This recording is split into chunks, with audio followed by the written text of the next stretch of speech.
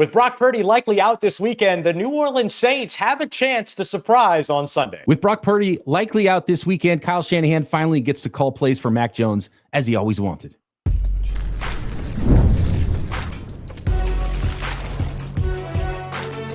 You are Locked On NFL Crossover, part of the Locked On Podcast Network. Your team every day. All right, everybody, welcome into another crossover Thursday. The New Orleans Saints hosting the San Francisco 49ers. And here to break it all down, Ross Jackson of the Locked On Saints podcast, Brian Peacock of the Locked On 49ers podcast, here for you every single Monday through Friday, breaking down your favorite football teams. Make sure you come through every single Monday through Friday. Thanks for making us your first listen and being an everydayer here on the Locked On Podcast Network, your team every day. On today's episode, Brock Purdy might be out for the weekend. We'll dive into the big-time implications of that. We'll also take a look at how this all works with Mac Jones. Can Mac Jones get it done? We'll dive in and we'll talk about the run game, which is going to be the most important element for both of these teams potentially going into Sunday's game outside of the quarterback position. We appreciate you very much for being here. And today's episode is brought to you, like all crossover Thursdays are, by our friends over at Prize Picks, where you can get $50 rather in lineups by playing your first $5 lineup over at Prize Picks today. Go and check them out. Brian,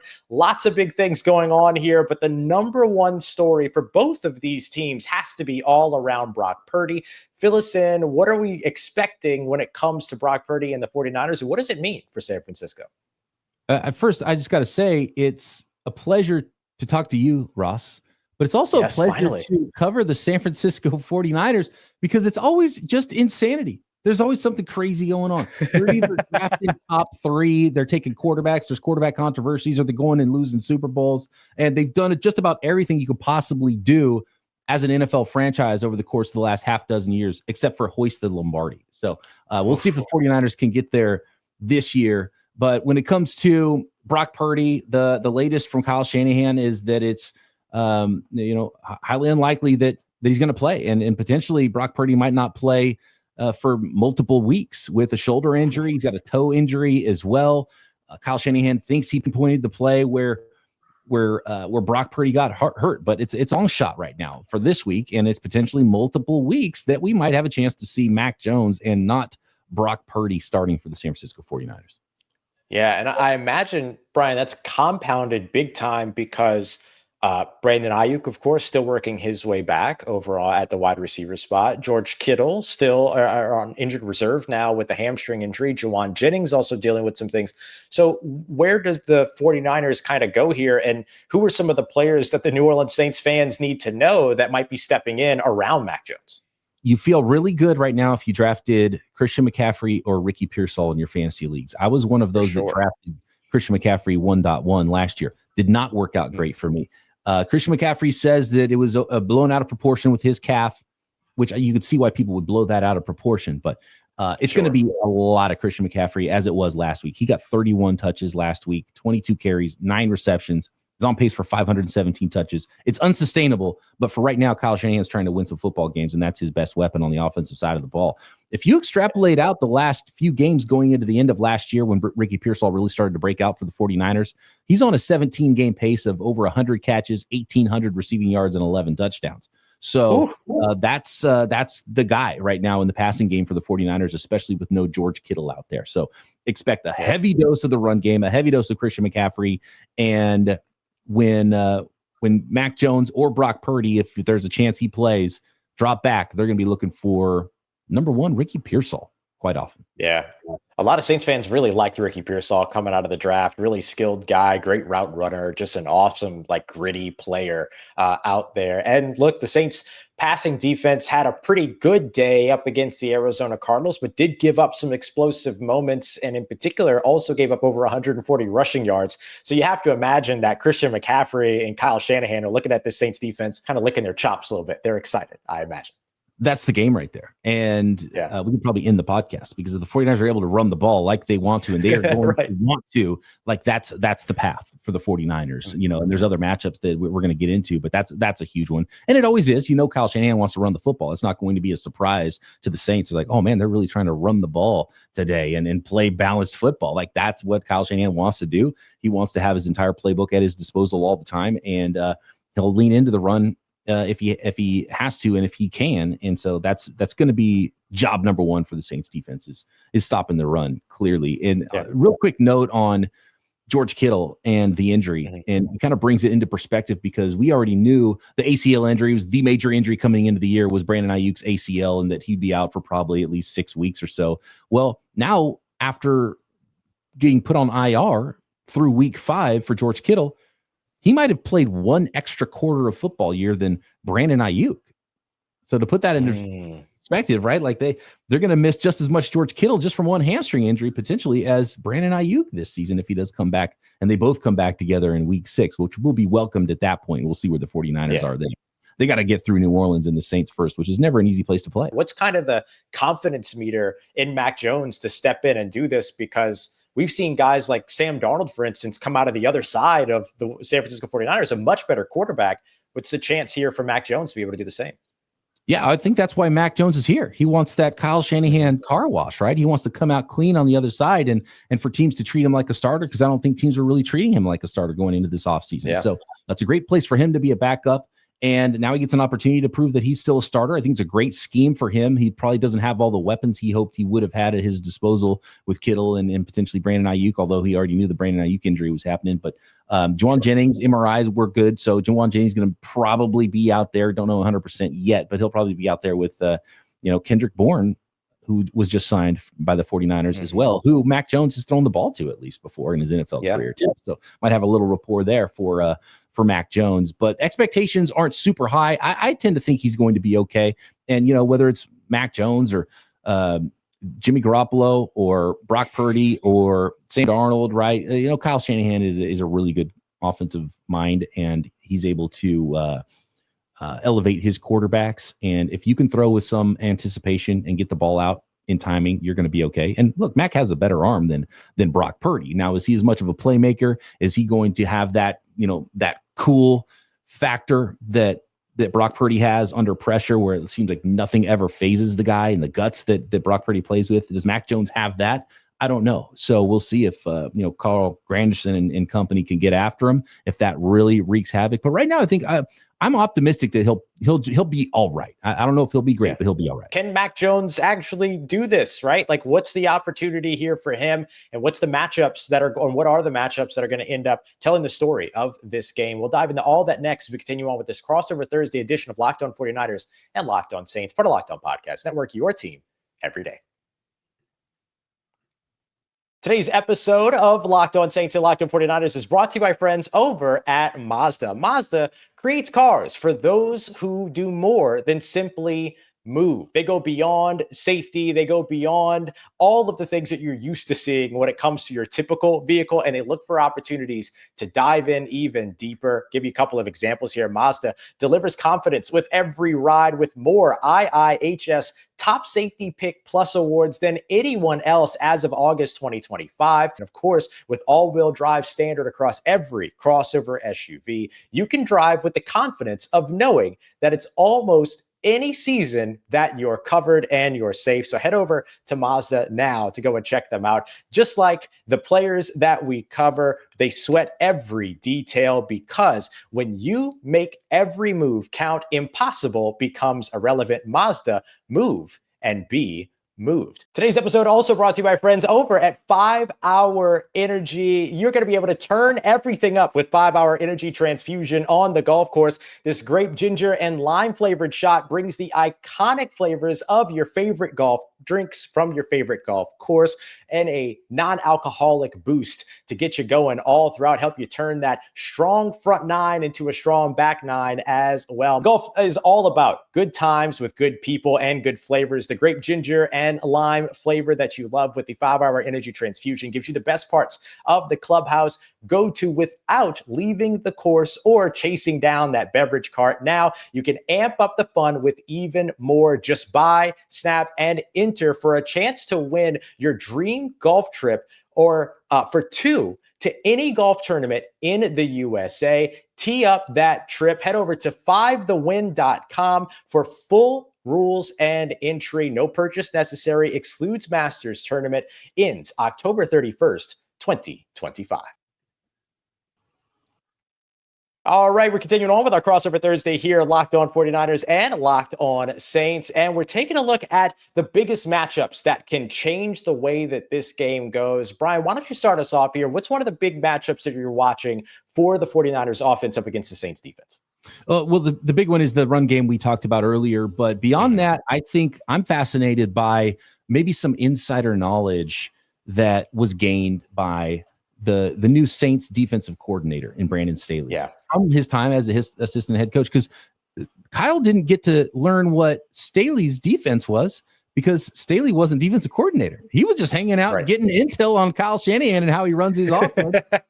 So does he have a little extra leg up with what Kyle Shanahan is doing, or a better idea of how to stop Kyle Shanahan's offense now, since he was, in those meetings and in the building? I don't know exactly what meetings he was in, but he was helping out with the offensive side of the ball as well. So he has some extra insider knowledge, and then now he gets to, run his own defense against that with the Saints. So I'm fascinated by that. Does that give him a leg up? I don't know, but clearly I think the 49ers are going to want to run the ball. How do they match up with Christian McCaffrey coming out of the backfield? Because Kyle Shanahan loves to put linebackers in a blender, play action passes, all kinds of motion, throw the ball, over the middle of the field. I've called Kyle Shanahan's offense aggressively intermediate.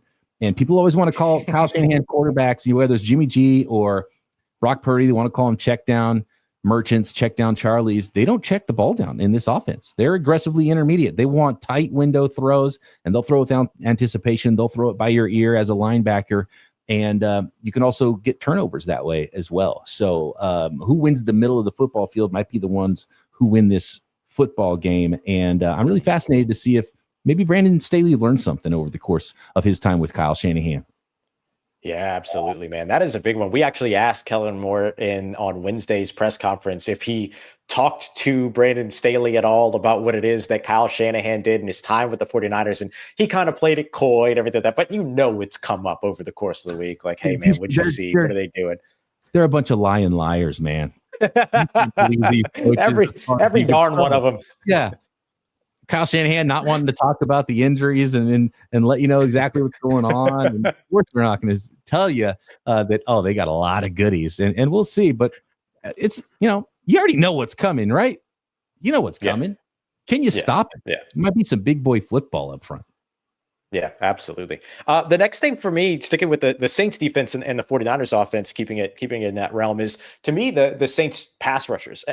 We don't know if former San Francisco 49er, in fact, Chase Young, is going to be available or isn't going to be available for this game just yet. At the time of recording this, we do know that he did not practice on Wednesday at Saints practice. He missed last week up against the Arizona Cardinals, dealing with a calf injury that he sustained in practice, a habitual issue for the New Orleans Saints over the course of the past couple of years, by the way. So that's been a point of frustration for the organization, and I'm sure for the fan base as well. But getting pressure on Mac Jones or Brock Purdy or Adrian Martinez, whoever it is that's back there, that's going to be a key in this one. And the 49ers, Brock Purdy was under a career high in terms of pressure percentage last week, right? Going up against Seattle, it was 50-something%, over 50% of the time that he was under pressure. The Saints would benefit from replicating that, especially if Mac Jones, who hasn't seen a lot of action in recent years, getting that pressure on him would be major and have a big time impact. Saints walked away with 5 sacks last week, 3 from the defensive line, 1 from the linebackers, and 1 from the slot corner on a key late third down. Saints will need to kind of ramp that up and reproduce a little bit of that, getting into the backfield and causing some havoc for the whichever quarterback is back there. Yeah, no doubt. And Trent Williams even looked human last week. And, there was some nice reps he had, but there was also times when he looked like he was rusty, and he practiced less than any veteran on the team over the course of the summer. So it's natural that if he was somewhat rusty coming into the game. Dominic Pooney, I think, playing a little bit hurt right now as well. So, the 49ers offensive line wasn't great in protection. Purdy was pressured too often, and they weren't creating a lot of space in the run game. So it's an offensive line that could be had right now if the Saints defensive line is up to the task.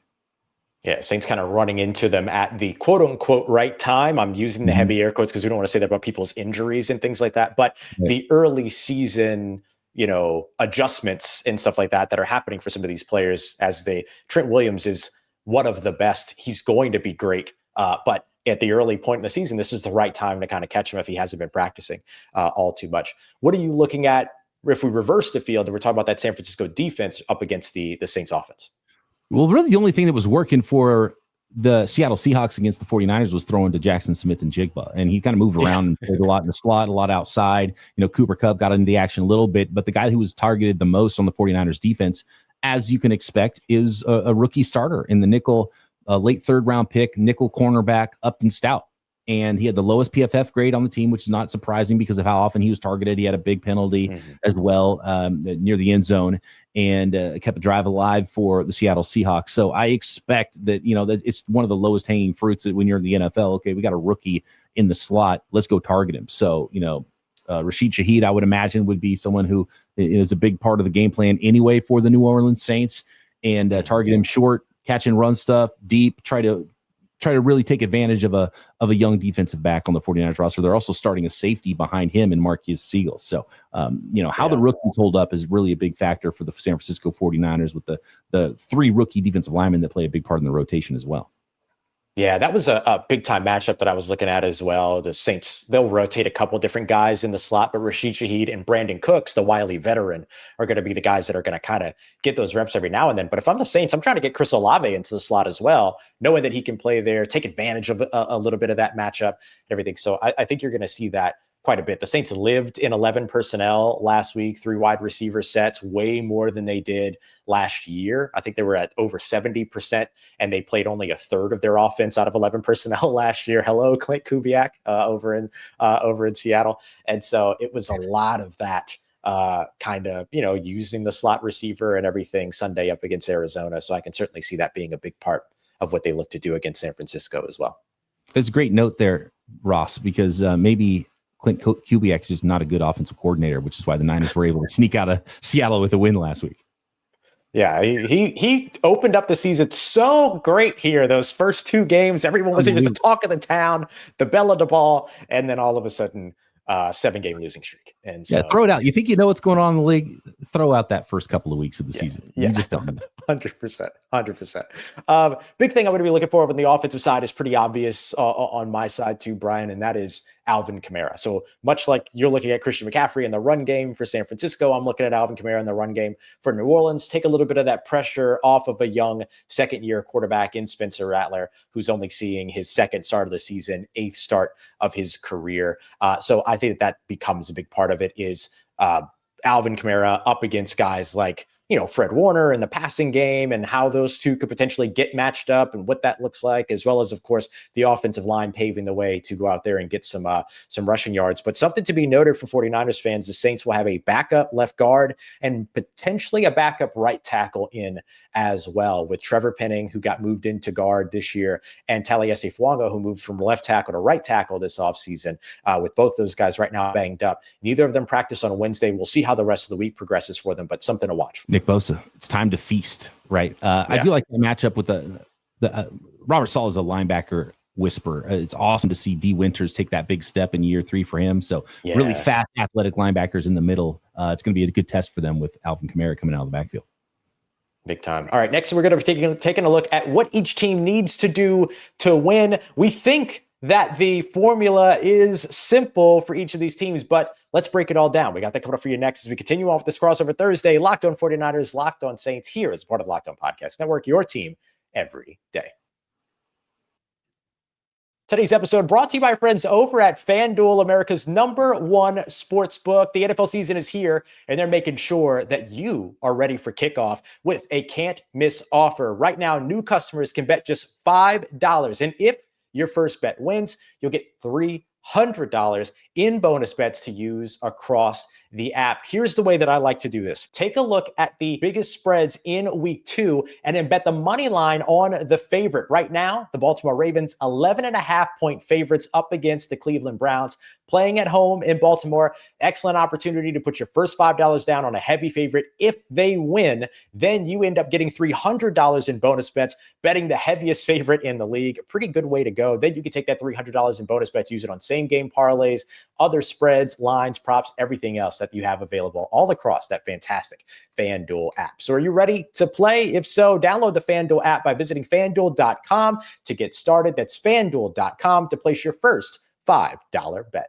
I've been telling you guys all about my new favorite jeans, my Doer jeans. I've been reaching for these pants every single day. I love my Doer jeans. They are the most comfortable jeans I've ever worn, and they are so flexible, both in how you wear them and how they feel on. Super stretchy. In fact, they have 5 times the stretch of traditional denim, but they don't sacrifice look at all. Cool Max technology helps regulate your body temperature and wicks away moisture. So I could wear my jeans while I'm working. Wearing them right now. I could wear my jeans to a concert like I did the other night. You can move your body a little bit, feel good at a show, right? But also you look good, you feel great, and they are the best of both worlds. Doer combines classic jeanswear style with the kind of comfort and performance you would get from athletic wear.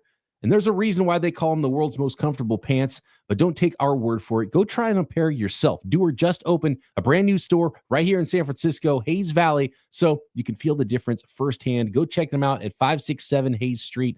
Super nice staff. Say hi to Marcus. They helped me out, got me fitted in my performance denim, straight pants, and mention our promo code LOCKEDONSF in store to get 15% off your first order. Oh, go check them out online. Shopdoer.com. That's DUER. Shopdoer.com/LOCKEDONSF for 15% off. That's shopdoer.com/LOCKEDONSF.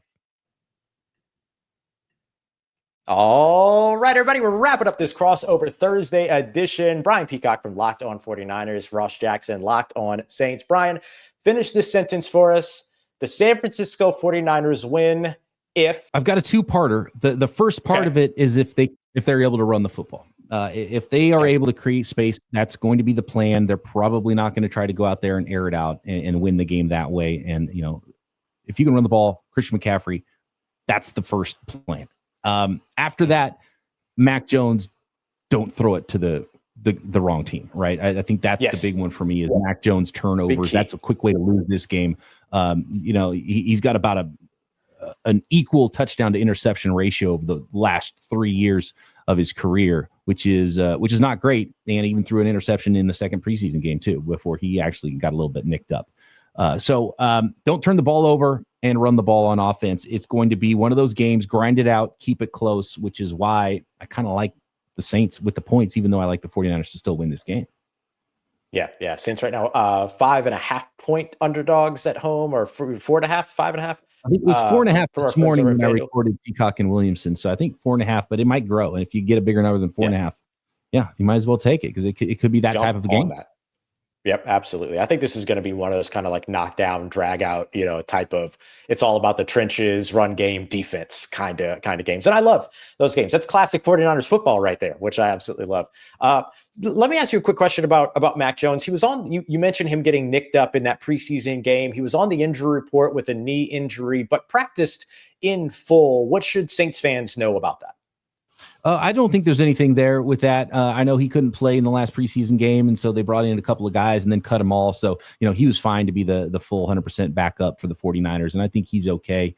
And I think they just have to be, you just have to put stuff on the injury report that exists, but I don't think it's anything, I mean, something to monitor if he re-injures it. You might see some Adrian Martinez action, which the 49ers are no strangers to just weird players needing to play because of injuries on their team. Yeah, absolutely. Hey, look, The Saints aren't either. Same boat, my friend. Something about those West Virginia training camp practice days, man. There's a curse there, I think, that just follows these two teams around constantly. Do you over practice? Do you under practice? Do you build a callus, or do you just not let guys practice so they don't get hurt? And then they pull a hammy when they didn't practice enough. Yeah, there's no right answer. Dude. It's tough. It's absolutely tough. I think the New Orleans Saints win if they can run the football. So I'll steal yours, right? Looking at where your first one with Christian McCaffrey, but then flip it over and take a look at the Saints with Alvin Kamara. That becomes the big thing for them. The Saints averaged over 6 yards per carry with their running backs in the first half up against the Arizona Cardinals, 1.36 yards in the second half, completely got away from the run game because of that. And in particular, it was a lack of efficiency in first down rushes that forced the Saints to kind of go to the passing game and really lean into the passing game because of the game situation, even though they were within a touchdown and a field goal at the worst at one point during this game. So not a big blowout that they had to really throw themselves into. But when you have a second-year quarterback like Spencer Rattler throwing 46 passes in a game, that's probably not necessarily the way that you want to go if you're the New Orleans Saints. You'd like to be able to run the football all 4 quarters. So I would actually go a little bit deeper on this and say that it's not just about running the football for New Orleans, but it's about running the football in the second half in particular, especially if they're in a place to where they're keeping the game close or in the lead, but more likely if they're keeping the game close, just being able to run the football efficiently in the second half, I think will do wonders for them and their efficiency on the offensive side of the ball. Oh yeah. And maybe make a field goal too. Niners have a new field goal kicker after one. Oh yeah. Big free. Big cutting Jake Moody and signing Eddie Pinheiro, which I think your listeners will get a kick out of it, that Eddie Pinheiro had offers from the Falcons and the Niners. And he said, yeah, I don't want to play for the Falcons. I'll go play for the 49ers. I love that. All right, let's get our predictions in here as we wrap things up. Brian, what are you thinking for this game? And the spread now, by the way, 3 points. And I think that has a lot to do. So San Francisco's still the favorite, but obviously it's got a lot to do with the Brock Purdy news. Okay, good. I'm glad I got in at the 4.5 points. Then we made our picks on Peacock and Williamson. Mm-hmm. I've got it as a 3-point game. So they've got it to the right spot. I don't think it changes that much as it'll probably move the line with Mac Jones going in there for Brock Purdy, because I think it was going to be a similar game plan either way, just as, just again, like I mentioned, just as long as Mac Jones doesn't start throwing the ball to the other team and really create a hole for the 49ers. I think it's going to be a close game. I know it's always a tough place to play in New Orleans, and I got the Niners winning by 3, 17-14 is what I'm kind of looking at.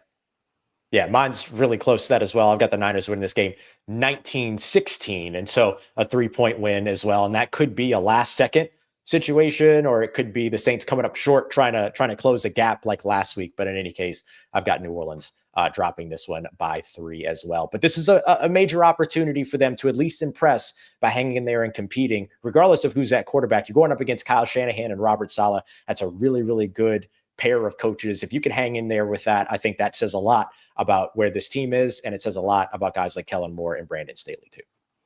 Absolutely. It's going to be a fun one. I can't wait. I always like those New Orleans games. I've even done some New Orleans area Louisiana radio this week too. So I know you guys are fired up about this one.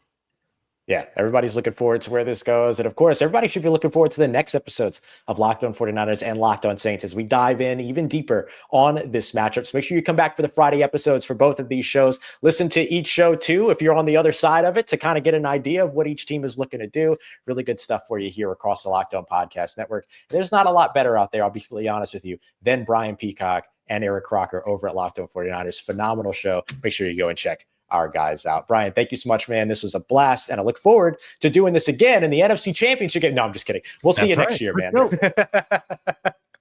Thanks for joining us, everybody. And of course, we appreciate you very much for being here with us. Check us out, being everydayers. Make us your first listen. Don't forget to like and subscribe and enjoy. Come back for more of the shows. And we'll see you here next time on the Locked On Podcast Network, your team every day.